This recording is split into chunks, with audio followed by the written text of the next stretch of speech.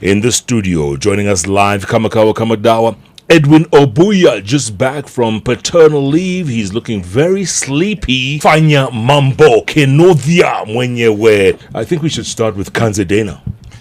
Jana usiku paka kakuja kwa show. 2 weeks ago I saw this happening. Yes. And I said this cannot be allowed to happen. This is a country where we are supposed to follow the rule of law. And here we are. Kanzedena has come out and she's speaking about it, and she's saying these resources are not available to them and they have not been allocated to them. So now, then of course they send us that guy. I don't know where he comes from. I think he parachutes sometimes and he appears before cameras, and Isaac Mwaura speaks and you wonder, where was this person born? Who raised this person? Who polished this person? Who does he consult? I think one of the first things that the government of Kenya needs to do is to deny Isaac Mwaura the microphone. Take him away from the public limelight. Go and sit him down and teach him how to start speaking to Kenyans. Because the way he's speaking to Kenyans in such condescending tones and the way he's looking down upon us, I think Isaac Mwaura, you're not the president. You know, sometimes you speak there, you stand before that microphone and you say things and people look at you and by the way, you're addressing us as who? We are your employers. You can't tell us things like that in the way you tell us. So I think Isaac Mwaura needs to be stripped of that position. He's a shame to my generation. He's one person I have fought with. Even at Bombers of Kenya, when Kenya was reviewing her constitution, I remember I was the only observer on behalf of the youth. There's a very young person there, and Isaac Mwaura was also there. And we fought this fight together. But now he's lost it. The way he's speaking, he's a shame to our generation, and he needs to withdraw from the way he's doing things. And who was his chief guest at his wedding? Uhuru Kenyatta. The same person is fighting. Nani anaongea kwa hii serikali kama mtu anajali wa Kenya? Nobody. So, from the president, you know, anakuambia anataka kuongeza tax. Kenyans are suffering, but he doesn't care. So Isaac Mwaura is just a symptom of what is happening in this government. What is happening with Uhuru Kenyatta is that there are laws that govern and are supposed to govern the retired presidents. Uhuru Kenyatta is not the first president we are having as a retired president. We have had Mwai Kibaki. And there was no problem with it. There was no problem. Right. We had Moi. Daniel, who left power in a very acrimonious circumstances in 2002, but the office then that came in power, Mwai Kibaki's office, you know, there were people who wanted to go for Moi's ahead. You remember Kiraitu Murungi, called Mwirari or somebody. Yes, they were going for Moi's head, but Kibaki told them no. That's the former head of state. He should get all that appertains to that office, the office of the former head of state. And he received. He was staying in Kabarak here, which, remember, the Kabarak home was supposed to be a home of the deputy president or the vice president then, but Moi turned it to be his home. But the government then did not take it away from him. And so I think this government is showing lots and lots of vindictiveness if what Kanzedena is saying is true. But the question we'll be asking, there has been budget allocations to that office last year, last financial year, this financial year. If Kanzedena is saying that money has not been received in the form of president's office, then why is that money? Where is the 1.1 billion that was supposed to be allocated in that for that office? You know, in that law, there are things that are supposed to be given employees around 33, I think, according to that law. You are supposed to be given an office furnished and but the government doing all those things. You are supposed to be given fuel. You are supposed to be given even entertainment allowance of 200,000 per month. So if all those benefits are not, President Kenyatta is not getting those benefits, then where is this money going? And by the way, the president former president has been traveling quite a bit. Yes, in the last couple of years, and he has employees. Kanzedena is still the spokesperson. Yes, in that office. So how are these employees being paid then? You know, some of these questions, and you know, it doesn't matter if the former president was somebody that you didn't want you to come to power. The fact that you're in power, you are the president of the Republic of Kenya. You are serving those who supported you and those who did not support you.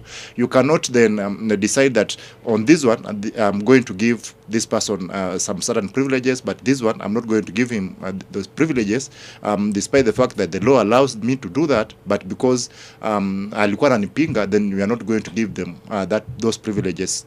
It is a shame that Mama Ngina, we are talking about these things. Mama Ngina is founding first lady, that Pia is lacking some of these things that the law then demands that she gets them. It's a shame, actually. I keep asking them, is there anybody in this nation to whom 90-year-old Mama Ngina Kenyatta is not either a mother or a grandmother? So if you can't provide security for her, what threat is she in? They had funny excuses like involvement in politics. Which political seat has Mama Ngina vied for? Which political party does she support? Why is she not getting the basic things just like security? Ama kama serikali imeshindwa iseme, so that we people who believe in supporting people like Mama Ngina, we just find a way to organize to have some few young people guarding her gate every other night, and they will do it voluntarily anyway. The people at Gatondo now have realized they made mistakes. They would be happy to guard that gate at night. We just need to be told that the government is not capable, and some young people will volunteer, and they'll be surprised they'll be 10 there every night basking and taking care of her. She's our mother. Want to go and urinate there. The ones who as long as you don't urinate. Yeah. Yes. Now the ones who wanted to come and do that bad manners have also realized that nobody has a monopoly of urine. So you can't just come and say that you're going to do that. So let's not even entertain such people. Because if we all think like that, then we shall have a smelling nation. Yes. Let's not allow people to come and think that they have a monopoly of some of these things. So for us, I think this is horrible. And now speaking as a lawyer, the act, if you look at section 4 of the Retirement Benefits Act for the presidents, the retired presidents, it says that if those rights have to be denied, it has to go through Parliament. And it's not easy. And not just Parliament, 2/3 of Parliament must approve that the president be denied those rights. So we are yet to see Parliament sit. We are yet to see a resolution of Parliament. And we are yet to see them pass and say that they have accepted that former President Uhuru Muigai Kenyatta should not get his benefits. So let us do the right thing. And by the way, now I understand why we got an extra 500 million being added to the office of the deputy of the first ladies. I think now we know where this money was coming from, because automatically there was some 500 million that was added to the offices of people we never voted for and who have never held office in this country, and is probably buying makeup somewhere. So I feel that this money should be, what is it doing? I mean, I have always asked, whom do we employ and then pay their wife? Right. This is only in politics where somebody becomes president and then you start paying their wife for being the wife of the person you voted for. That shouldn't be happening. So when you take the 500 million now, I think we now see where the 500 extra million was coming from, going into a makeup account, and that should not happen. Let's give the retired president what is due to him. I doubt if it's makeup. Unajua watu wameokoka wapakangi makeup sana. Labda ndio mambo ya prayers tu. The fact is that William Ruto is going to retire someday. Uhuru Kenyatta was here, and people lamented about what Uhuru was doing and what he retired. We had him cry here, oh, my sons are being targeted, they are being harassed. The fact is that William Ruto is going to retire, and he is going to retire soon. Even if it takes 10 years, people think that those 10 years are too many. In a few years, 10 years will be over. And he will also be a retired president. There's 2027 in between. Yes, and there's 2027. You even don't know what will happen in 2027. But be that as it may, if he goes 10 years, then he will retire. Will he want to be treated the way he's treating President Uhuru Kenyatta? There's just that respect that you give to the office of the former president, and that respect must be extended to Uhuru Kenyatta, irrespective of whether you like his policies or whether he wanted you in the office or not. The fact that he's a former president and the law demands that you give him certain rights, you have to extend those rights to him. There's no way between it, because like Fanyamabo says, if you don't want to do that, then you go to Parliament, change the law. Then say, because the president did not want me to be a president, I cannot give him these rights and benefits. If you change the law, then that's okay. But for as long as the law is there, President William Ruto must then do what is necessary and give those benefits to President Uhuru Kenyatta. Kuna mtu amekula hizo pesa? Sasa 1.1 ilienda wapi? B. Finance bill is on the last lap. We're almost at the finish line. Yes. Obuya, Maze, okay, at least public participation, you can see people are not happy with this, which doesn't mean anything at the end of the day. Unfortunately, the finance bill that is for this financial year that is ending in June, the end of this month, there was lots and lots of public participation that happened. The Kimani Kuria led this thing, and almost 90% of Kenyans, actually 95% of Kenyans that gave their views on that finance bill were against the finance bill then that is governing us this financial year. The same thing has happened this year again. For the finance bill of the next financial year, almost 98% of the people who have given their opinion on that bill have opposed it in one way or another. Yeah. And it's now a very delicate balancing act between what the finance committee will do and what the opinion polls and the opinions that Kenyans have given on that bill. There was supposed to be happening a meeting between at State House. The PG meeting was supposed to be happening this morning. Didn't happen. Yesterday morning, actually, didn't happen because I don't know, it was postponed because of the views that were coming out from Kenyans. Kenyans thought that the president is going to blackmail MPs to go and pass that bill.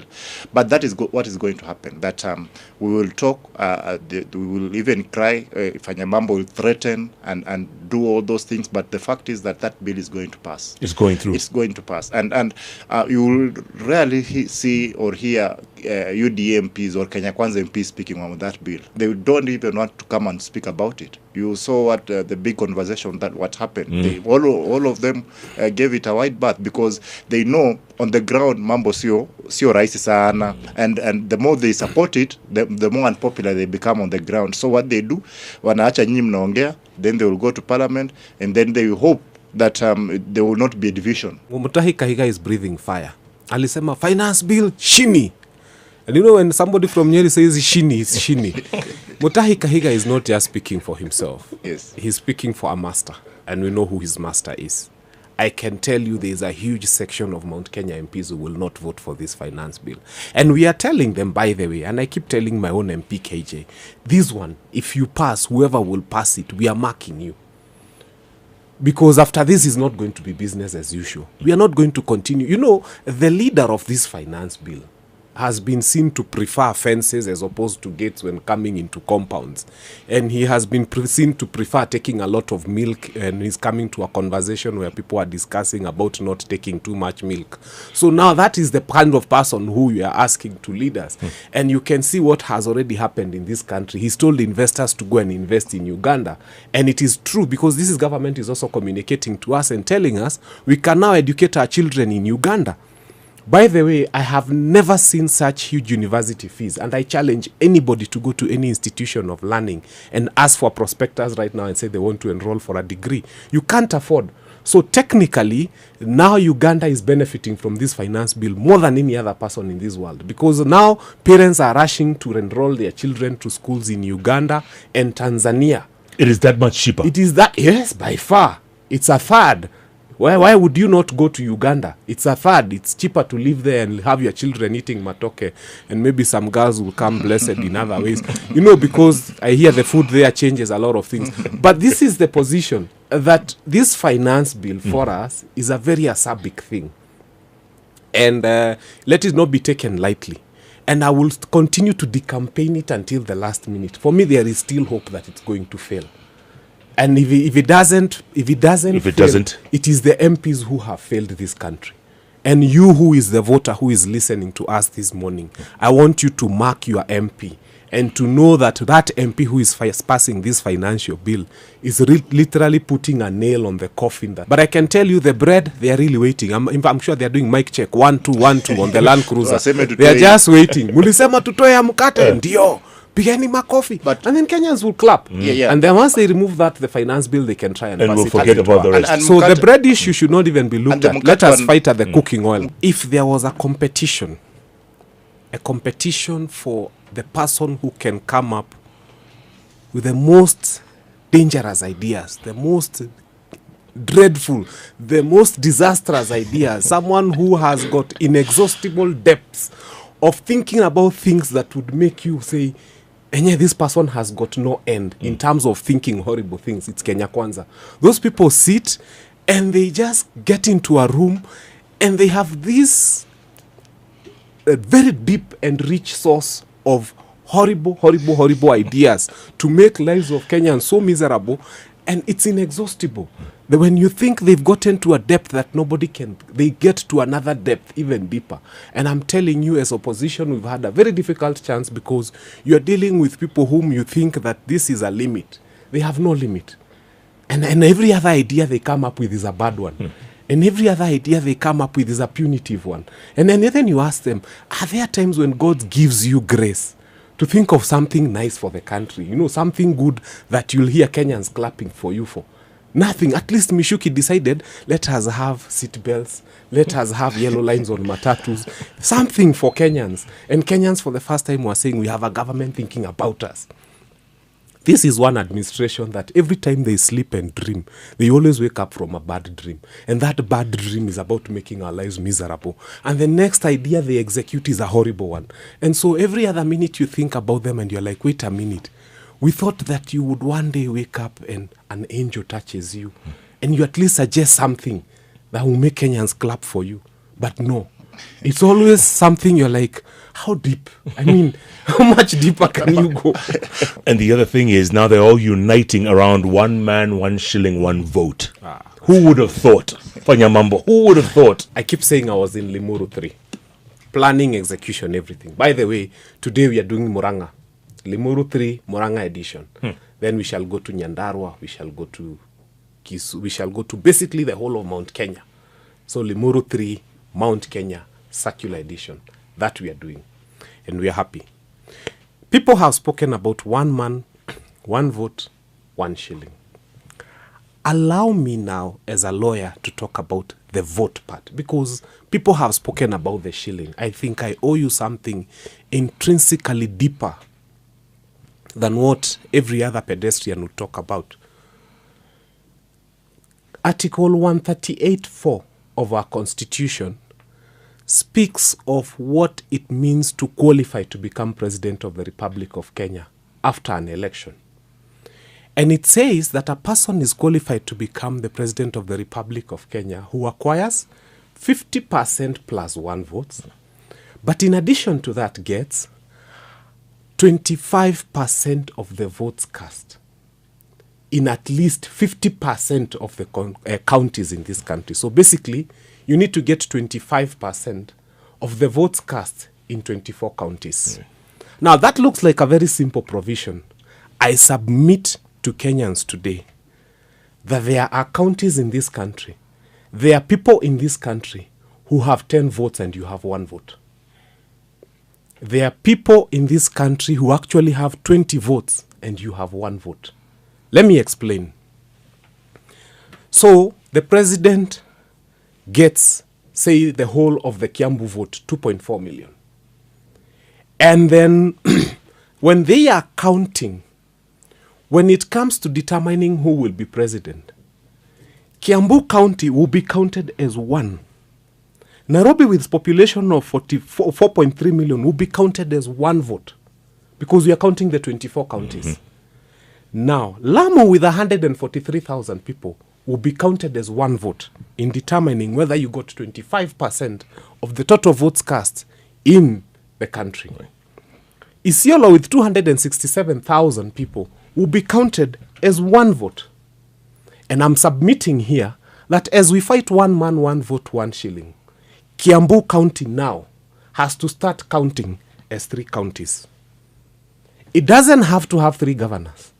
But when we come to determining whether the president got at least 25% of the total votes cast in 24 counties, let us say Kiambu amounts to 3 counties. Why? Let us say Nairobi amounts to 5 counties. Because of the numbers. Nairobi has 4.3 million people. And some people will start saying it's tribal. Then I ask them the simple question.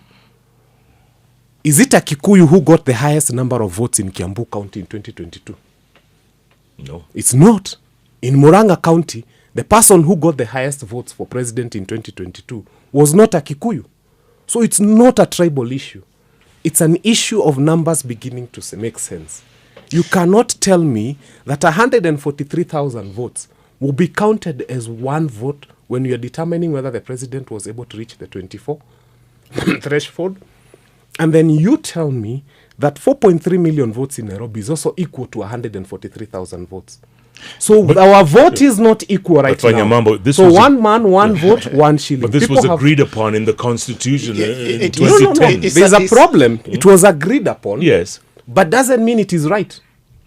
Jeff, it is not right, Jeff. Obuya. The same kind of sentiments Fanyamambo is saying is what led to that. The first is what the policy of the government that made sure that we just focus on some areas for development, and we left a large part of the country behind. Correct. And if we don't get the balance right and we just insist on one vote, one shilling, we are going again to alienate some of those places that were left behind before, and they are going to be left behind even more. Kuna places zingine ndio wameona barabara ya lami juzi. After 2013 constitution, kuna places zingine they never thought they would see a hospital because of the policy then that only focused on areas that were thought to be agricultural and areas that were thought to be economically viable. But if we invest in Isiolo, for example, if we invest in Mandera, for example, there are economic activities we could do there that are going to improve the economy of our country. So we need to get a balance. I agree with Fanyamambo that population must also matter. A constituency 70,000 people cannot be getting the same kind of money with a constituency with 20,000 people. That will not be equitable. Obuya, I think there's a place you people lose us. None of us has ever said that which has been given to Wajir, Turkana, Mandera be taken away right now. In fact, we have always insisted that which they have, let them keep. But from where they got that which they did, let us get ours. So it is very simple. No. If there is nowhere, then there should be nowhere for everybody. You cannot come and say that there is X number of billions to give to Turkana. But when we come and say that the child in Kiambu should get it, Obuya, the people don't understand where we are coming from. How is it okay that one child can get a bursary of 30,000 in this country and another one 2,000 shillings in the same country? Now think about it, not in terms of regions, but in terms of those two children. Are they equal in the eyes of the law? But why is Are they equal as Kenyans? Why is it's just Central that's fighting this? Why? Is it because of the numbers? It's because this is what Why happens. isn't Western fighting? I will tell you why, Jeff. It is very simple. For the longest time, we used to have a government that used to work, that used to give capitation to schools.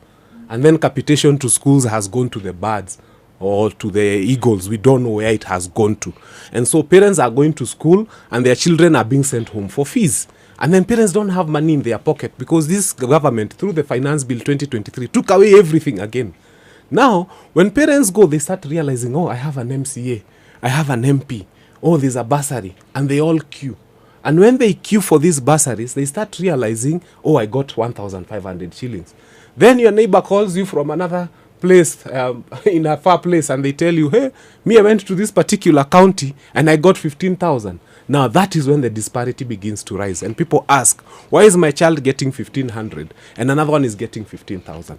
And that's why I've always said, if we can't make these things equal, let us abolish the entire bursary for everybody, put that money into the schools, and then make sure that every child is paying an equal fee, or make education free. And I've always said there's an option. If the government feels it's not able to make education free, trust you me, some people like Fanyamambo can come, form new government, and be able to give free education. By the way, Ricky G was late for a presidential function by an hour. An hour. That has never happened. And then he said his excuse was, it was walking. He had to hire a private helicopter after a presidential function. Yes. Corino. Corino, yes. Komerera were those people who they were saying they were dodging British bullets, but not really. Komerera. Like what it really meant, they used to look for what was convenient. When the British were here, these guys were collaborators. Yes. When the Mau Mau came, these guys were Mau Mau. And in Kenya, we have a lot of such. Yes. Yeah. Now, so many UDA MPs have become finance bill comerera. They are here and they are also here. When they go to the constituency, they say it is burden and they say don't record. When they come to Bunge, they tell president we are going to pass. So we also have those comereras. But yeah, when he was late for that function, and he talked about the, I was happy to see some MPs from some special region who are able to use the military chopper, but the deputy president is not able to use the military chopper. And this is an insult to what this country is supposed to be. But also, was it an important presidential function? Really, it was a prayer function, which is what happens in Mount Kenya all the time. When he's going to their place in Western, it's always about development. But when he's coming to Mount Kenya, he carries the newest Bible, the best looking Bible. And it's always about a prayer thing in Mount Kenya. Because nyinyi mumeangaliwa, the only thing munahitaji, your roads are good, muko na stima, your children are doing well, you have a healthy population, finance bill is not affecting you, you have 5 CSs, you have permanent secretaries. Mount Kenya, you are doing so well. There is nothing else you need other than interdenominational prayers with the newest, biggest, best Bible every other day. And white shoes. So I don't even see why Rigiji would run to that Wakorino thing. I think he first went to PCA. He goes to Presbyterian. Yes. And when he's not going to Presbyterian, he's praying in the mountain. So he may have done both of those first before he comes to... Yeah. But you could see the split is obvious now, right? Obuya. It is. Even Rigiji spoke, even during that function, he spoke to the president. He told him, we are not sisi watu wabaya, we just need to be united. Hata Wakorino wako united na wako na mambo yao. Sisi pia wa mountain tunataka kuwa united because we have our own issues. And that is speaking contrary to what the president was speaking about. And the president tried to placate Rigiji and say people should not attack him, but he was also attacking Rigiji here and there, throwing jabs here and there. And so you see the split is happening. The split, if it has not happened, it is happening. And they can try to deny it, but we see these things. We hear these things. Ukisikia MP mwingine akio, hata jana watu wa Moranga again came up and said, you are hitting on Rigiji, which is not right. And so I don't know how Rigiji is going to play his politics to make sure that he doesn't then be swallowed by the what is gathering. Clouds have gathered. The fear is gone. And so I don't know how he's going to maneuver and make sure that he stays relevant, even with the fight with the head of state, because it can be very costly. But Jeff, what is new? We've seen these things. We saw these things Uhuru doing to Ruto. And Ruto said, never in my life will I allow my deputy to be mistreated by my juniors. And yet? And we are seeing these things. Sudi, engineer, is doing, speaking to Rigiji like you can't believe. Especially after winning that case. So the juniors are speaking directly to Rigiji. Rigiji is trying to be respectful to President Ruto, but pia ni kama inakataa. Sasa pia naanza kurusha some bag. If you remove the 1.4 billion to the 2 first ladies, it is going to be 3.999. And then I can continue making other suggestions. If we had time, I would have left it at 3.75 by the Karen residence. The Karen residence. Where curtains were worth 10 million. That's a few number of affordable housing units. And so I think it's a budget in bad taste, I would say, for this country.